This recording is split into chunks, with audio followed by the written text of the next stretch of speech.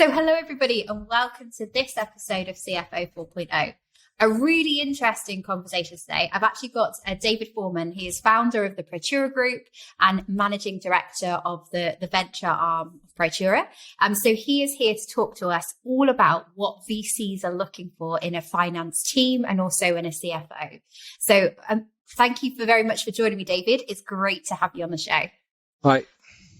Brilliant. So tell us a little bit about your background. How did you start and found Praetura, and where does the company come from?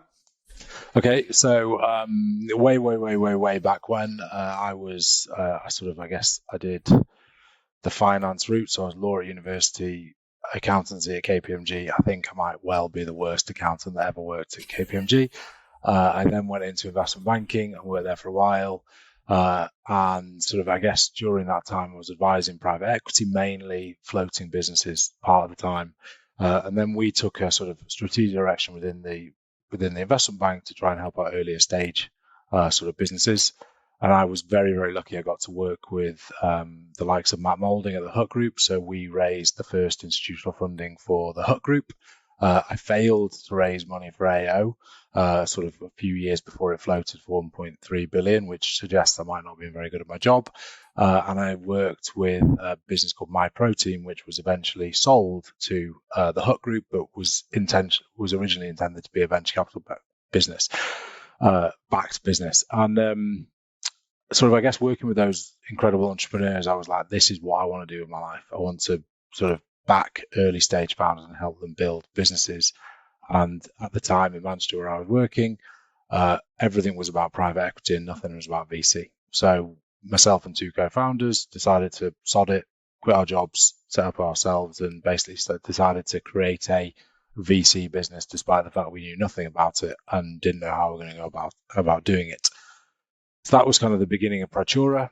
For 8 years, we raised money on a deal-by-deal basis. We backed about 20 companies. We did the usual mix of some good, some bad, some terrible investments. Overall, the track record hung together. And along the way, we also co-founded a number of businesses that are now part of the Praetura Group. So we co-founded a business called Praetura Asset Finance, which lends to SMEs against plant machinery and kit.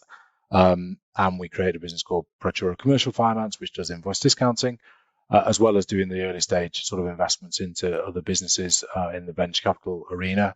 And then in 2019, we decided to put all that together into one big shiny group, Praetura Group. And I set out to kind of build Praetura Ventures into the VC house. We wanted it to be one that was focused very much on helping founders post-investment to build great businesses. And we, since then have kind of grown our funds, and the Praetura Group now is about 500 million of lending book and AUM, 140 people, 30 million of revenue. And I'm not really quite sure how that's kind of happened, but it just kind of has. So today, Praetura Ventures is about 220 million of assets under management. We have 28 businesses in our portfolio.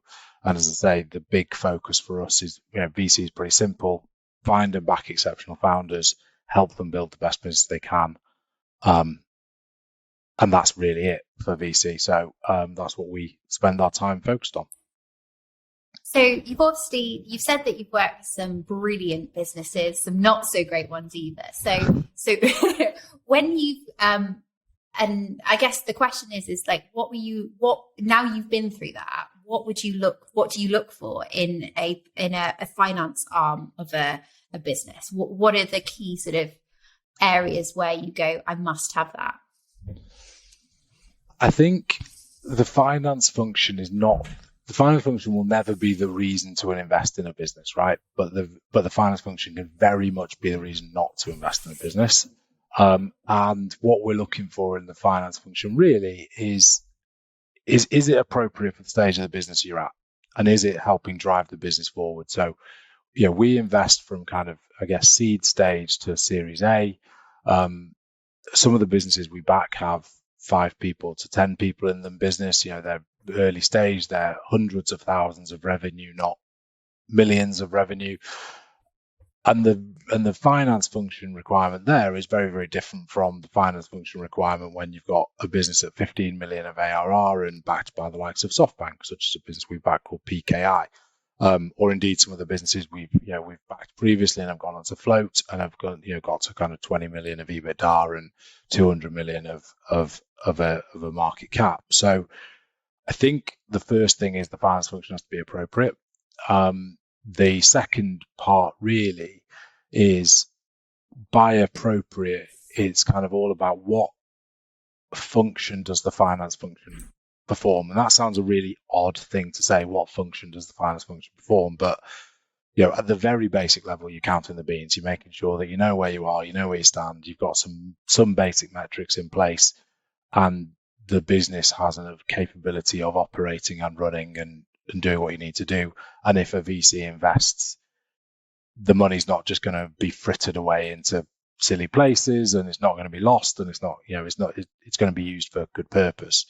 Later down the line, the finance function has to be way more than counting the beans. It has to be, a great CFO. I was thinking before this podcast, what does a great CFO do? And to me, there's kind of three things. One is very much be a partner to the founder or CEO.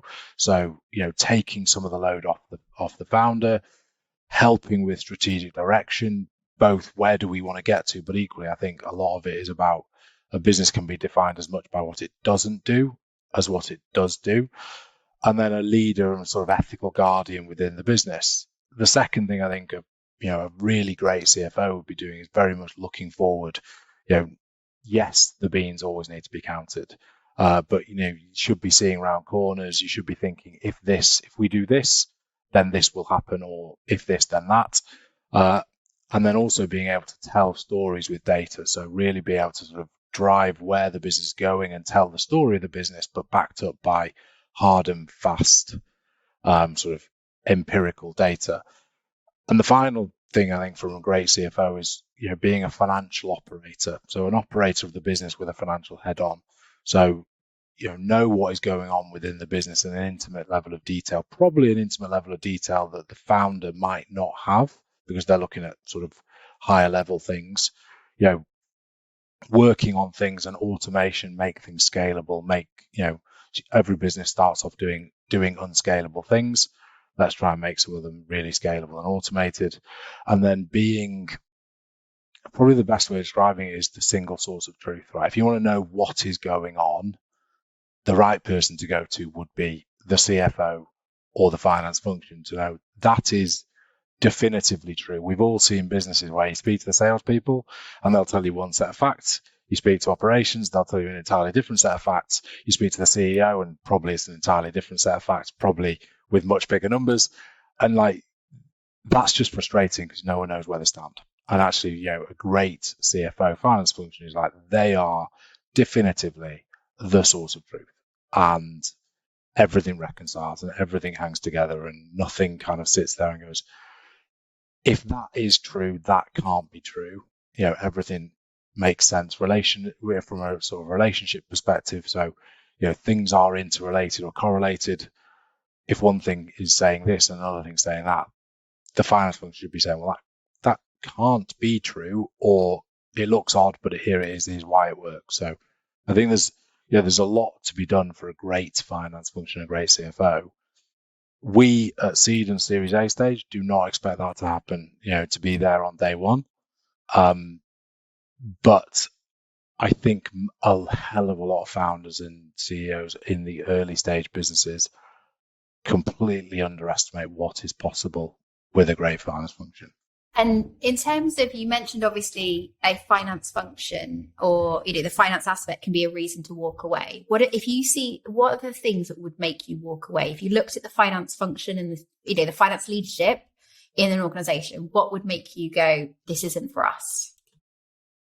I think a lot of the time it comes down to just not believing that the company knows where it is. So we're, as a VC, we're internally optimistic, right? We want to believe the great story. We want to believe that this company is going to go from here and it's going to go over there, right? But you need to know where you are.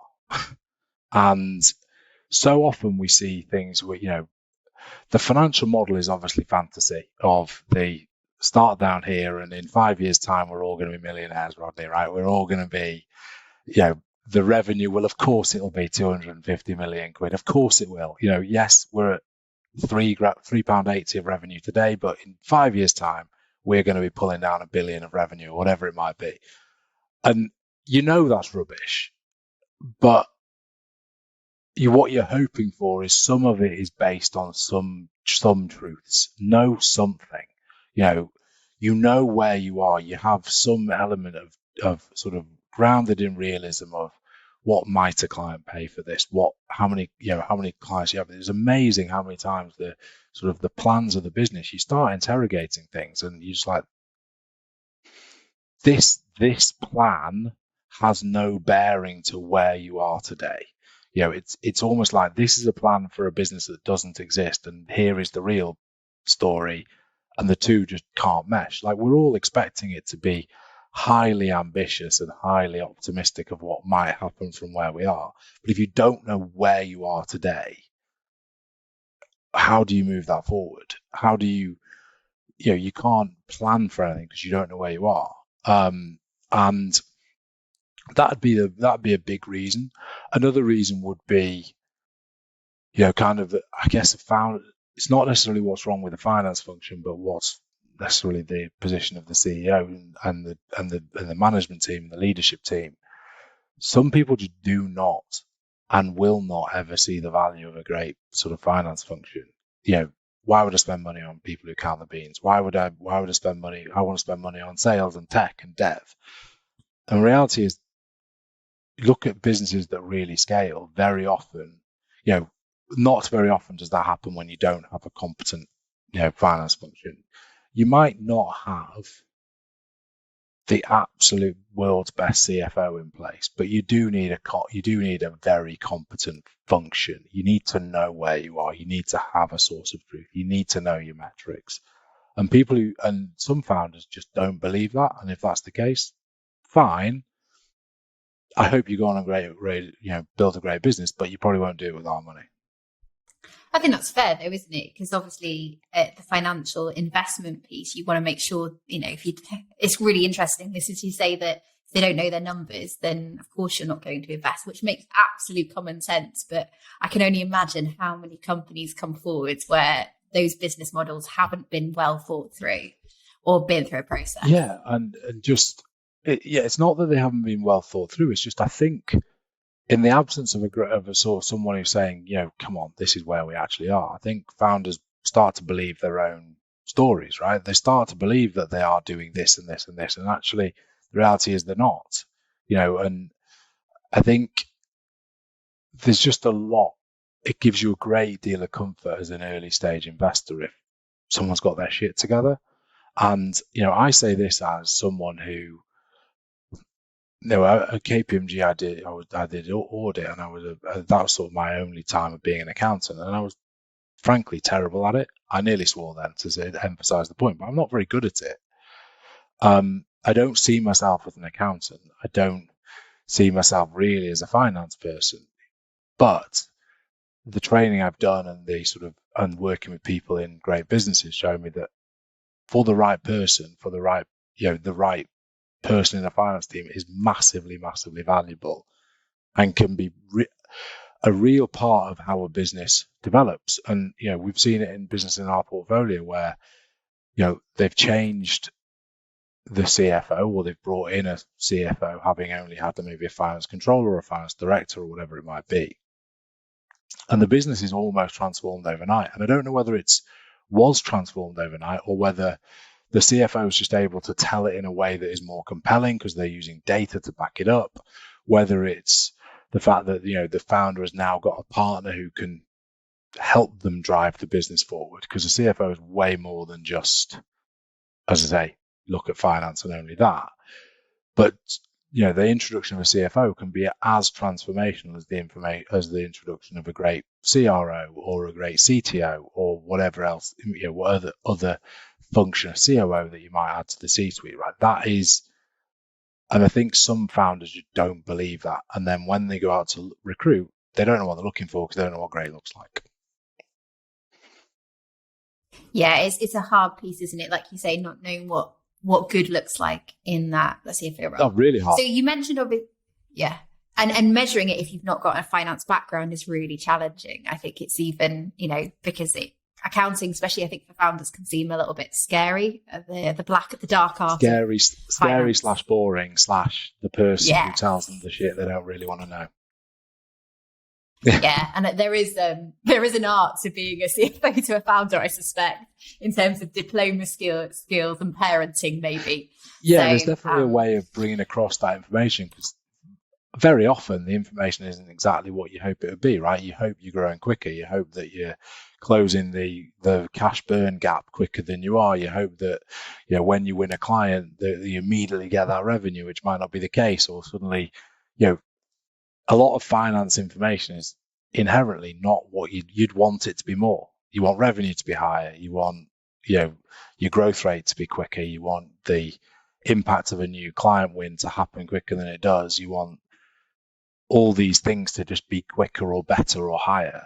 And unfortunately, reality is that's not the case. So, you want to there is a skill in how you present that information.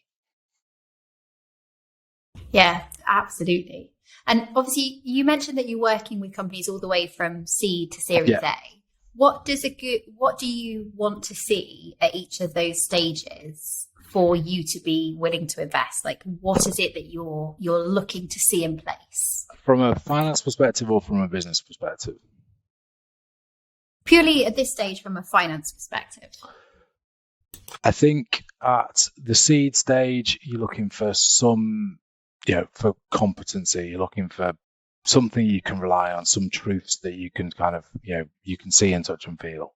And an acknowledgement that there are some things that we do not know because we do not know them. So we don't know for sure what the end state cost of acquisition will be. We don't know for sure exactly what the lifetime value of a contract will be. We don't know, we don't know at this stage that if we bring in one salesperson, they're going to do this and then that'll happen. At later stages, and we invest at seed and Series A, and then obviously trying to take them beyond that. So later stages, you're looking for, I think probably the best way for what we're looking for is it's almost like a formula for how this business will scale. So if we do this, if we bring in 5 new salespeople, that'll take them 3 months to ramp up to full capacity. At full capacity, they should be doing this. Our cost of acquisition is this. Our lifetime value is this. We can show how the value, how the book of business. This is in a SaaS business, but apply it to anything. This is how the book of business will look. This is how the shape of the business will go. That's what happened. That's what happened to cash flow. If we took on 10 people rather than 5, we know the cash dip will be higher, but the exit rate will be this. And it's all those things, and it's like it's what you're looking for is that you've got confidence that the management team can run the business without making decisions that will eventually make them run into a brick wall. I think the reason we started talking was one of my posts on LinkedIn, and I looked back at it, and one of the things I said a great CFO does is stop the founder running into a brick wall. Because founders' natural tendency, and probably mine, is let's go quicker, let's go faster, let's do more. Don't take on 5 people, take on 10. Don't take on, we can do this project and then we can do this project at the same time. And yes, there's cash to go to that and there's cash to go to that. And then suddenly you find that, lo and behold, the world is now telling us that loads of people have made bad decisions. How much layoffs are going on in tech businesses where a week before they were still hiring? Like, I will not understand that. I appreciate that things change quickly and people, Ukraine and the sort of inflation, cost of living crisis, and the tightening of the VC market at the top end has happened pretty quickly. But I will say, where businesses are hiring one week and firing 20% of the staff the next week, something's gone wrong. So something's a lack of foresight. Something's gone wrong, because you don't suddenly decide to fire 20% of your workforce. Well, I hope you don't overnight. Yeah. So either they've not communicated that shift, they've not understood it. Something's gone wrong, right? And yeah, we're not at that stage where you've got thousands of people in businesses, but I just think that that's something that a CFO should be doing, a finance function should be doing, is looking around the corners. I say, if we do this, then this will happen. That element of understanding, this is the acceptable amount of investment we can make. We all want the growth. We all want the end state to be quicker and faster and bigger and better. But within the constraints we have today, we can only do this. Because otherwise, if we take on that 10 people rather than the 5 people, we get too close to the bottom. And you know what? It doesn't take a lot to go wrong at that point. We might have supportive VCs, but they take a time to get, to be putting more money in. Or if we want to take on 10 people, let's go and have the preemptive conversation with the VC and say, we need more money, or we need to go and do this because that's what we're going to do. That's what a great CFO does, because the natural inclination of a founder is bigger, faster, quicker, more growth, more growth, more growth. Bet the farm type stuff. And we're all about big bets in VC, but there is an element of, let's at least stack some of the odds in our favor.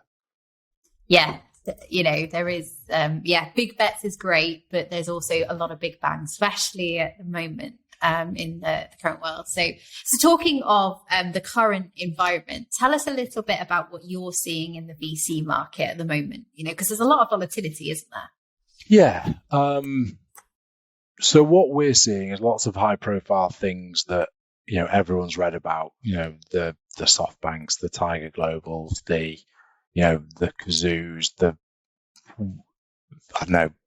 Klarna. Klarna's the biggest probably example of just something that was valued at a crazy number and is still valued at a crazy number, but it's a lot smaller crazy number than it used to be. And that's what gets the media attention.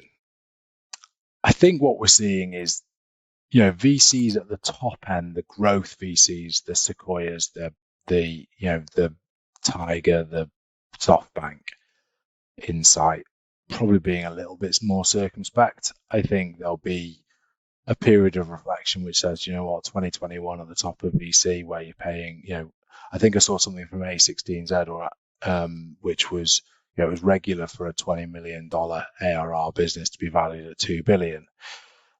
That's nuts.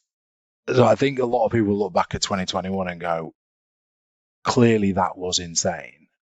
And people who've made a lot of big bets in that market, I'm not sure how good their returns will be. But in the real world of VC in the UK, it's affected things, but it's not massively affected things. Valuations are a little bit lower today. Expectations from founders are a little bit lower than they would be.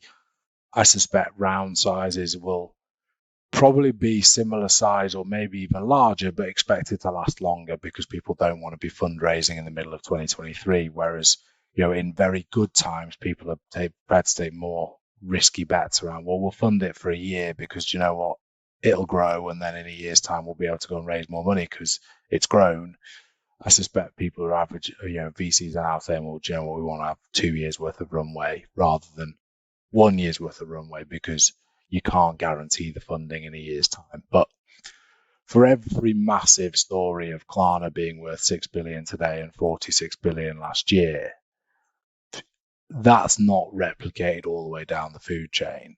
We're at the pretty early stage. We're in Manchester. We're focused on backing founders in the north of England predominantly, and we're a bit insulated from that. We've never been like paying silly valuations for something that manifestly didn't deserve it. And we're not massively changing our strategy today. We're trying to still, I see the current market as being an opportunity to continue to invest, to accumulate assets. We're in the growing funds and accumulating assets phase of our business, and that's what we intend to do. So I think that was an incredibly long-winded way of saying the press makes a lot of something because those stories are interesting in and of themselves, but that's not necessarily the entire VC market. Yeah, and it sounds like there's different levels even within that. VC market massively. as well. At the early stage, you know, I just don't think people were doing those silly sort of 100x ARR deals. That's just ridiculous. And therefore, I think you're within a tighter tolerance. You know, and for every now and again, you'll have seen last year, you know, businesses that didn't deserve it getting an amazing exit or an amazing, you know, IPO or a SPAC exit or something like that. And that's great and fair play to them. But I think the world's just kind of returned to normal. If you drew a line from 2019, sort of 2018 to 2017, 2018, 2019, ignored what happened in 2020 and 2021, you'd be kind of where you expect to be in 2022. It just so happens that we had a massive spike and bubble in 2020 and 2021, and that's come off again. And it's because it was never really justified. Yeah, it was a short-term spike rather than it being a drop. It's a drop now, but only relative to the nuts situation of 2021. That's a really nice way to put it. And then in terms of, out of interest, has what you look for changed over the last sort of 12, even last 6 months, given the market? Not really. I think we're constantly, we're an early stage VC. We're building our business. We're growing rapidly ourselves. We're refining what we do, and we're always trying to learn and be better at what we do. But fundamentally, no, what we're looking for is the same today as it was in 2021, is the same as it was in 2020. I don't think we categorize ourselves as unicorn chasing. So, not every business we back, in fact, I suspect quite a small proportion will go on to become unicorns. That's not what we're trying to do.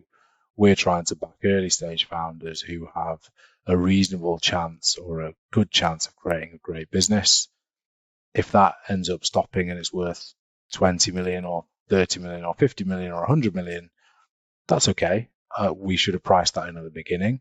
But we're not sat here saying every single deal has to be, we put the money in and, next year it has to be a unicorn. So it's just not affected us massively, I don't think. I wish I had kind of a more interesting and retrospective answer that said, it's massively changed everything because the world's changed. But the reality is not the case. I don't think we were crazy before. Yeah, no, and I guess it's your philosophy this year, of investing. It sounds like it's we're not crazy this grounded in fact, in reality, which is interesting. I'm a pretty pragmatic northerner, right? So, I'm an optimistic, pragmatic northerner who probably at one point in his life might have been an accountant. It's not massively changed. I still get super excited by backing great founders doing amazing things. It's the best job in the world I think VC is the best job in the world because you get to see, you get to sort of participate and hopefully play a role in helping founders build great businesses. And talking of being a northerner, there's always an interesting. So, I'm based near Chester, so I kind of bridge. I got 1 foot in Wales, 1 foot near Manchester, so I'm somewhere in the middle. Honestly, anything outside London if we back to business in that region, it's definitely northern. Anything outside London, we're back to business in Nottingham. I'm not sure you can get away with northern. That one. But you did. I'm not sure we should tell. How does the funding compare, London versus Northern? Is the Northern starting to get their fair share, do you think, of the VC market? The North is getting better. It's not getting its fair share. It's probably the easiest way of thinking about it. So you're just taking Manchester, the market I've sort of worked in all my life. Manchester's always had sort of a great number of fantastic private equity firms. So sort of mid-market private equity, massive amount of sort of private equity money in Manchester in the north of England. VC for some reason has always been a London thing, pretty much throughout the UK. There aren't many VC funds, if any, many. There are a few headquartered outside of London. The vast majority, and I reckon it would be greater than 90% of VC funds are sort of at least located or focused on London. And that means that founders outside of London have a more difficult task than they should have. There's great businesses being created and founded and scaled in the north of England, and they've had to fight a bit harder to get funding. It's the same but different. Female founders have had to fight a bit harder to get funding, and the stats for female founded VC-backed businesses is dreadful. Same for people from ethnic minorities. Manchester's in no way the same sort of level of disparity, but the North does not get its fair share of VC dollars. VC dollars are concentrated in London, backing businesses founded and scaled in London predominantly by white males. No, I couldn't agree with you more. I remember when I first obviously came into tech business when I was in my early 20s, I was very often one of the few females in the room. And whilst I've seen a big improvement in tech generally, there's a massive push. It's amazing how bad it was back then. I don't think when I reflect, I realize how bad it was. It's incredible. The industries I've worked in, investment banking and now VC, incredible the amount of old boys network that exists, the amount that it is male dominated. When I first joined an investment bank, and this is, it's dreadful to think this, and it's dreadful to think that I didn't even think anything of it. The only females working there were in admin support. But you don't think about it, right? I just horrendous, right? You just assume that is normal, but it shouldn't be the norm, and I think that's the worst thing. Yeah, back in the day, you didn't think of it. Didn't think anything of it. I now would think very much of it, and one of the things that we're, very sort of keen to do within Praetura is make sure that some of that imbalance is rectified. So, 20% of the founders we backed are female. Not happened because we've said, we want to back more and more females. It's happened because we've opened up we've effectively tried to remove our inherent bias and make sure anyone who applies to us gets treated on the merits of the business, not on the gender of the founder. Similarly, we've recruited a hell of a lot of people into our investment team. So I think as of the latest person who joined us, I think we're more than 50% or 50% female within our investment team. That's something we have worked on, and that's something that's important to us. Because I just think anything where there is an imbalance it doesn't feel right to me. And I think there's an opportunity to do things differently. It's part of the reason why we focus on backing founders in the north of England. There just isn't enough VC dollars going this way. You can look at that across a couple of things. Morally, it's the right thing to do. Ethically, it's the right thing to do. But equally, it's an opportunity, because if there's less sort of people looking to find those exceptional founders in the north, hopefully we can back more and more of them, and then they can go and do great things. If we can, buy locally and sell nationally and internationally, to use a very sort of colloquial phrase. You guys, when you have more opportunities, I guess, to speak to founders, more good founders, and then hopefully you get to pick the cream of the crop. Yeah. And then in terms, I guess, how much pressure do you put on the organisations that you work with to encourage diversity? Is that a conversation that you have? Because obviously you talked about founders, but, does that come up at all in terms of how they develop and how they grow? Is diversity a key conversation? It's a conversation. It's not, I wouldn't say it's the key conversation, because do you know what we find? I think as a VC, you kind of end up backing people who share a similar worldview to yourself. And so naturally we find, a lot of the portfolio businesses, diversity is absolutely critical to what they do. The founders think it's very important, as a thing for them to focus on as they're building their business. So it's not, we're trying to help founders build great businesses. We're not here to tell people how to do their job. But the happy coincidence is that we have a natural affinity for people who generally want to look at things like this, who want to make the world better. We have backed a number of sort of businesses that are tech for goods. We've backed founders who, I was speaking to one of our founders the other day, and I think they worked out that within their office, there was something like 20 odd nationalities and 40 languages spoken. And it's just like, that's awesome. That's just, I don't remember the exact numbers, but it was it was a big number of nationalities and an even bigger number of of languages, and I think we've just naturally found that they're the kind of people we want to work with, and we've long had a view that I think we call it the colloquial no dickhead policy, which is a kind of interesting way of saying what we want to do is we want to work with people who we want to work with, who we like, who we have an interesting, a shared world view of what's right and what's wrong. And what that means is we're going to be a great fit for certain founders, and we're not going to be a great fit for other founders, and that's perfectly okay. Doesn't mean anything about where those business will get to, but we want to back people who we want to spend time with, and people we want to spend time with generally care about these things, and therefore it's not something we have to have a big conversation about. It just that's really interesting. I love that whole new policy. That needs to go on a mug. That is definitely a muggable quote. Life's just too short. Life. Oh yeah. Yeah, life is just too short to deal with them, right? That's one thing I have. That is one thing I've learned. I think one thing for founders and CFOs, anybody who's listening to this, right?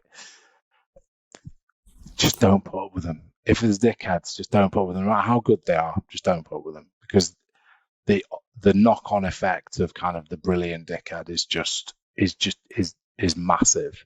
And that will apply to CFOs who are working with a founder. If they don't get on, go and be a CFO somewhere else. Like, if you've got a person in the team who's not they can go and work somewhere else. Like, life is far too short to deal with it. I made that mistake when I was younger, of putting up with stuff and hiring people on their CV and what you think they can achieve for you. I can genuinely say the that. Reality I don't hire people that I wouldn't want to personally recommend to a friend or a family member. That's kind of my rule, and it seems it works. Yeah, that sounds like I'm really the glad more we don't have a PC way of rating on saying this no podcast. dickheads. That's all I have to say. You would not be. So there was a podcast I went on the other day that had to put on explicit notice. Yeah, I have to say that's probably the worst word you've come out with so far. I think we're doing well. I've not sworn thus far. So. Brilliant. We'll keep going then. I can't steer promise away that'll from last. anything more dramatic, should we say? So one interesting point you made there was about obviously CFOs and founders. So for you, what is the sign of a healthy CFO and founder relationship? What does it look like?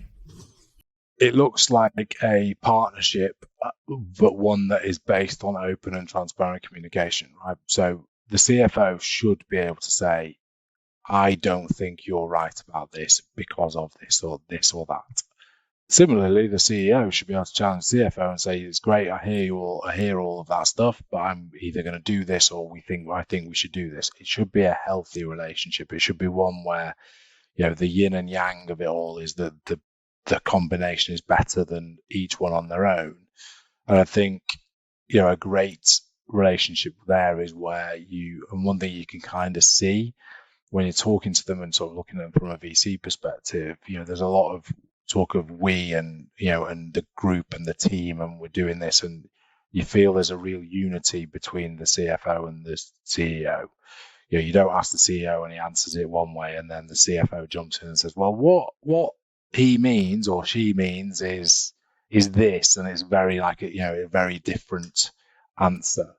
So I think that they should be able to have their internal discussion where it is, frank exchange of views and respect both sides of the coin.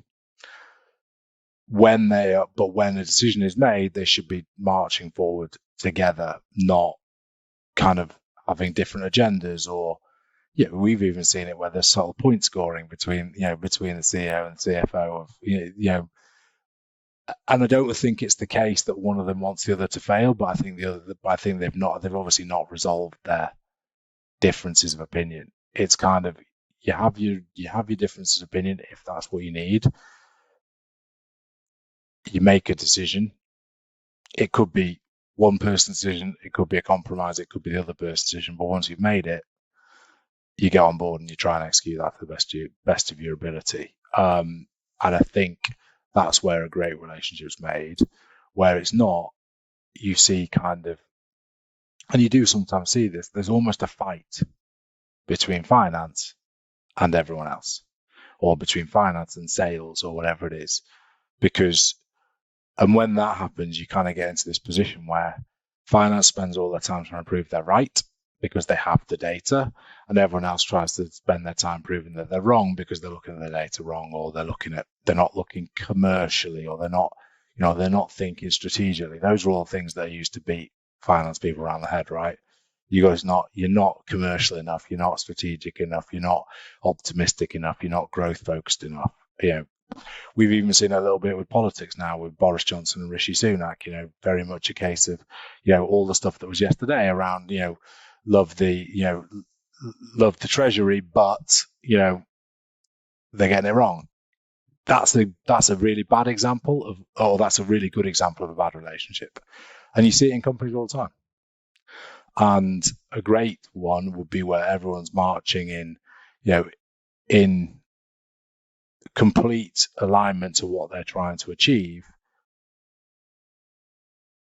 knowing that in private between themselves, between the SMT or between whatever the exec board or whatever it is, disagreement is absolutely allowed and should be encouraged and should be, everyone's viewpoint should be heard. So one of the posts that actually asked, caught my eye, and I think was one of the reasons I asked on the podcast, David, was about that whole no doesn't always mean no conversation. And I found that really interesting because there is a feeling, isn't there? Like once you get a rejection, you don't necessarily want to go to the same place and experience that. So can you just give us some context around that? Yeah, okay.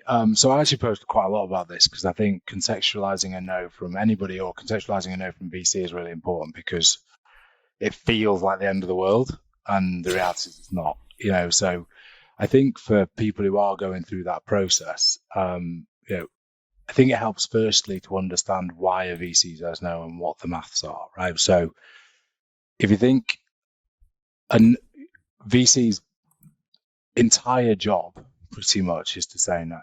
We're a tiny little VC in the scheme of VC. We are tiny, right? And we're hoping to be bigger, but we're tiny right now. We saw 3 billion of funding opportunities last year in 2021. We see 200 a month. We invest in about one new deal a month, right? So 200 goes to one. I think the actual stats are about 0.5% of what we look at, we invest in. So from most conversations, we're going to say no thousands of times a year. And I think when people get that no, I think it's really important to understand that we have to say no to so many. Doesn't mean it's not a good business, doesn't mean it's not a good opportunity. It just means it's not probably the best fit we can see that fits our fund thesis and what we're trying to invest in. That's the first thing. The second thing is we'll get loads of those no decisions wrong, and businesses that we've said no to will go on and be awesome and create massive returns. And, I promise you, we all have, and I definitely have, the shadow portfolio of those things that I either said no to and have gone on to do great things, or that chose a different funder, a different VC house, and have gone on to do great things, right? So the second thing for people who get told no, really important to understand this, is it does not mean anything about the business or that means there's anything wrong with the business or that we're right. We're not. We're just people who are trying to do our job, which is to take a big number of opportunities and turn them into a few number of opportunities that we invest in, hopefully picking exceptional founders to back and then helping them build great businesses. So those are the first things. And the second thing then, once you've kind of accepted that, a no from a VC means nothing in the history of the business. A no from Praetura Ventures, a no from any VC means frankly nothing. The other thing to remember is it's a no now, but it doesn't mean it's forever a no. So one of the things we've just recently invested in the Modern Milkman, which is a great business that in the pandemic has gone from pretty much zero revenue to about 50 million of revenue in the case of 2 years. Phenomenal. We said no right at the beginning, and that now looks like a terrible decision. We've now reinvested in it, or we've now invested in them because now it feels right to invest in them. And we're very lucky to be able to be part of that because it's obviously a fantastic story. But there are plenty of businesses where we've looked at it, in 2019 or 2020, and it wasn't right for us. In 2021 and 2022, it's right for us. It's at the right stage. It's proved a few things. We've got more money now to invest than we did in 2019, so we can do more deals. There's lots of reasons why it might be a no today, but actually, what is important to understand is if you have a great experience where you feel like there's a connection between the VC and the CEO, the founder, the CFO, whatever it might be, you can revisit that. It's not a no forever. We don't have a list that says if we've said no once, that's it, blacklisted, never talk to them ever again. And I don't think founders should, but it feels like it feels that way. And I think part of that is there seems to be a trend at the moment where everyone should get lots and lots of feedback.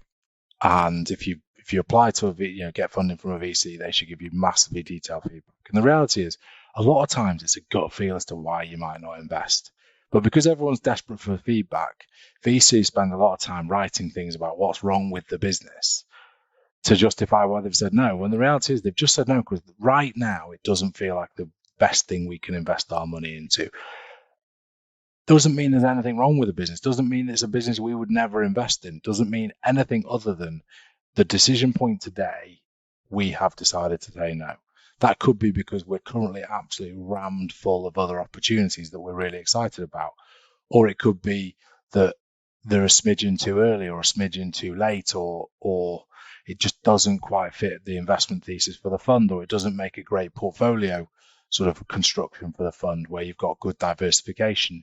We might have been looking at a business that's very, very similar to that business at that time, and you pick one and you go down that route. There's so many reasons, but most VC feedback focuses on what's wrong with the business, and that gives founders the wrong impression that there is anything wrong with their business. It's just a case of this right now, today, this VC is not going to invest in this business. That's it. End of story. That's all it is. It's a decision point at a moment in time, not a we will never ever go near you ever again, in the future because you're terrible and we hate you. It's not that. It's just today we're not going to. So I think there's a whole thing around sort of no's from VCs, but the important point from founders, I think, is that it's not necessarily because there's anything wrong with the business. It's not because the business is uninvestable, and it's not a no that lasts forever. It's a no that lasts for a short period of time. So that's, that's obviously a really important part of, having persistence is obviously key, and finding the right VC from what you're saying is really key. So just to finish up, what are your top tips for CFOs out there that are listening to this and going, right, well, how do I find the right VC for us as an organization? What have you got any top tips that you can share? Yeah, obviously the first thing to do is go to praeturaventures.com and see if you see if we might be the right one. That's the first. That's the first thing to say. I think it is just about fit, right? And I think with people who are looking for funding, and if you are in that position today, there's a temptation to just throw mud against walls. Like if you knock on 1,000 doors, someone will say yes type approach. And I see lots of bullshit on LinkedIn about, the next no is just one closer to a yes and all that absolute bullshit. Like it is nonsense, right? The best way to raise money from a founder and a CFO, if you're in that journey, find a number of VCs who definitively, categorically invest in in companies that look like your company. Not, if you're raising £500,000, don't go to Sequoia.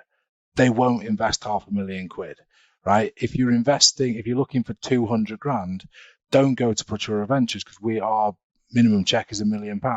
Equally, if you're looking for 10 million quid, probably don't go to Praetura Ventures because a maximum we can do is 3, right?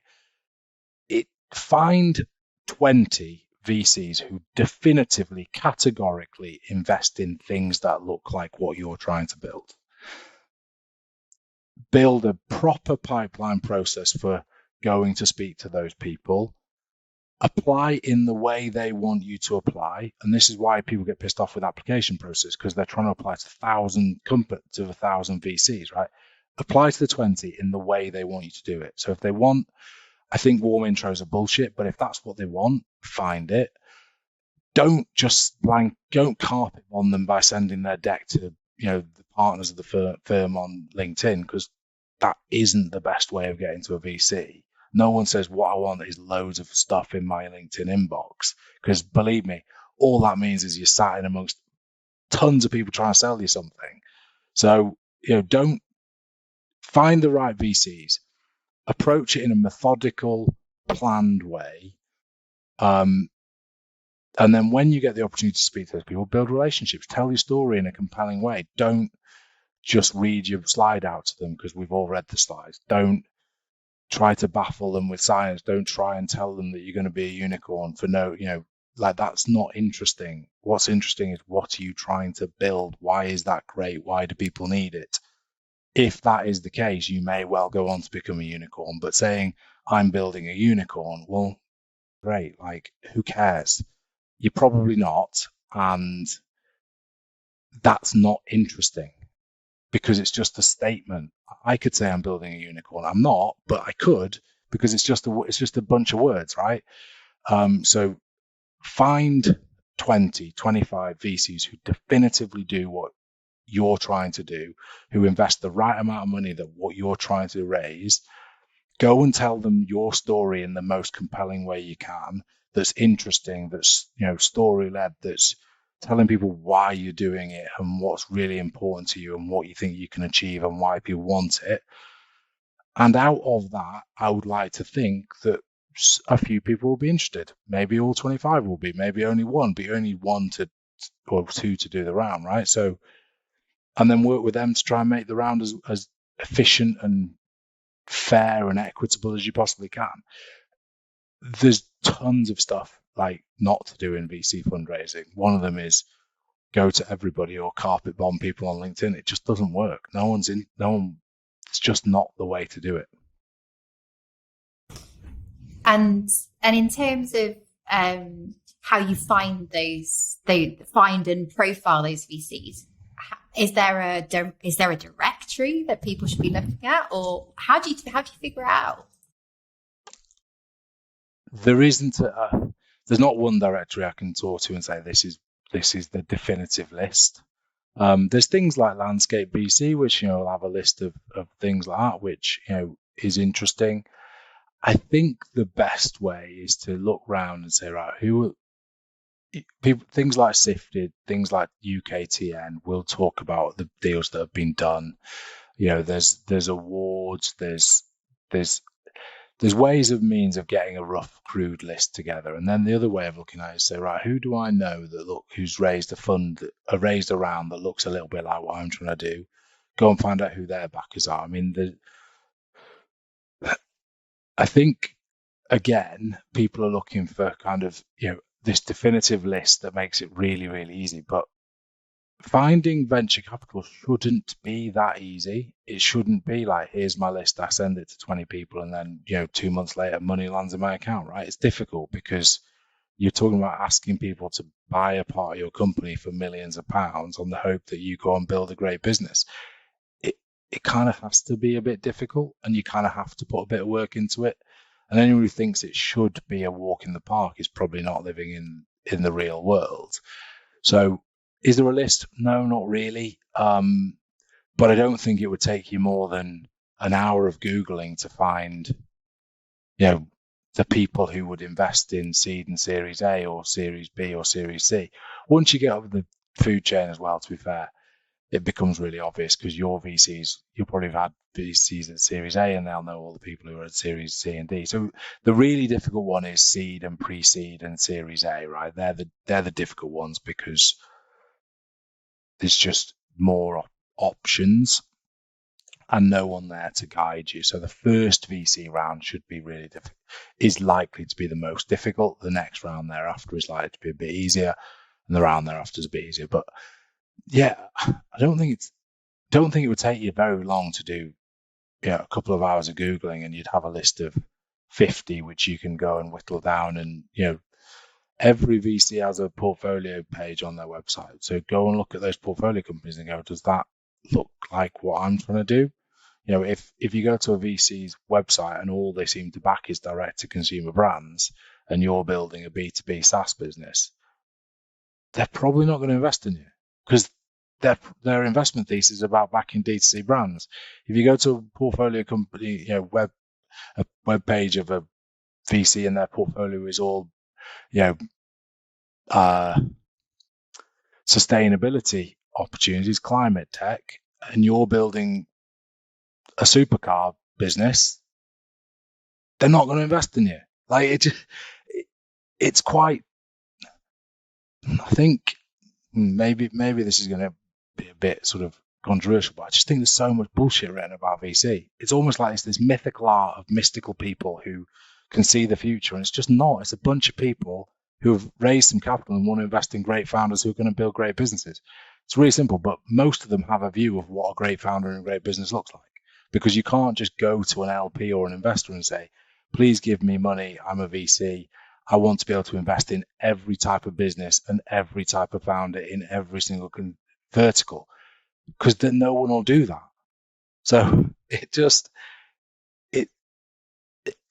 and most VCs want everyone to know about them.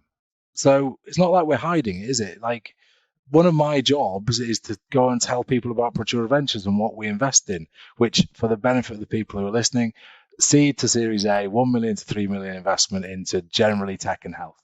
Like, my job is to go and tell as many people as we possibly can about what we do. And every VC is doing the same. So it's not a deep and mystical art. We're trying to find as many people who might be looking for funding, who sort of are looking for that range of funding, and then we're trying to pick the best ones out of that funnel. And if I can make the funnel bigger, great. There's a greater chance of finding great founders in a bigger pipeline than a smaller pipeline. And I think every VC is doing that. So people who are saying, like, I don't know how to find VCs. How do you find anything? Google it. Google, read articles, go on LinkedIn, go on Twitter, look at people who look a little bit like you and see who back them. Go on Sifted, go on UKTN. Like, it's not that hard. So you've almost stolen my thunder. My next question, which is, if more people want to know about what about Praetura Ventures, where do they find it? So just if anyone didn't catch it earlier, how do they find out about you and about Praetura Ventures? PraeturaVentures.com is our website. Follow me on LinkedIn. So David Foreman. I generally talk about stuff that's going on in VC land, and I think if you follow us and our LinkedIn and things like that, then you'd get a pretty good sense of who we are and what we're trying to be. I think what we're really about is we're just trying to be really pragmatic and simple about what VC is, because it isn't what people write about. It's way simpler. We do not have a crystal ball that we can see the future. We're trying to do really simple things. Find and back exceptional founders, help them build the best business they can. Everything else will take care of itself. Love that. Well, thank you so much, David. It's been amazing, and some brilliant tips, right? And I apologize for running slightly over. Normally, I say that these sessions are normally 40 minutes, but we've gone over, and it's been well worth it. So, thank you so much for joining me today. No, thank you. And I really appreciate the time. Really enjoyed it. Thanks very much.